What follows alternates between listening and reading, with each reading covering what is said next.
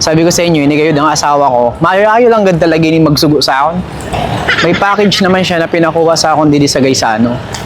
Namang na lang ako, may kuha daw ako na package. Sa iya na naman ini, sa ako na naman nakapangarap. Siyempre, para ako naman mag-pick up. Pero wala man tani ako sa reklamo. Ang problema nga ni, kay maayo lang ini magsugo, pero dili man ni nagakita sa video ko. Kita kayungaon ko siya sa isad ko na video, naging reakan niya sa dili aramo. Kitawon ta kon maaamin. Pero kitawon ta kon na anong sasabihin niya sa ni. Kabugat pati sa niyo. Hindi kay, nakita mo ba itong video ko baga na ano? Hi, ito. Itong video ko, yung video baga ako naging upload na itong sa nung maliliit pa kami, pinagsasaran kami ng bintana at saka ng ano, ng pinto pag nanonood ng TV, blah blah blah. Tapos? Nakita mo ito, tara mo yun, na-upload ko. Oo. Diba?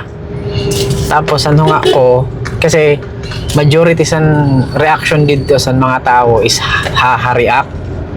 Pero wala ko ito patapos. Apo yan nga ni. Oo, sabi ko na gayon. Wala na nagpatapos. Dili talaga ni siya nagpatapos sa video ko. Nag-react lang yun na siya. Kaya ang reaction sa mga tao, haha. Tapos siya kay sad. Sad na niya emoji. Halata agad na nagpatapos. Amoy nang ginasabi ko gayon sa inyo. Dili kayo din nagpatapos ang video ko.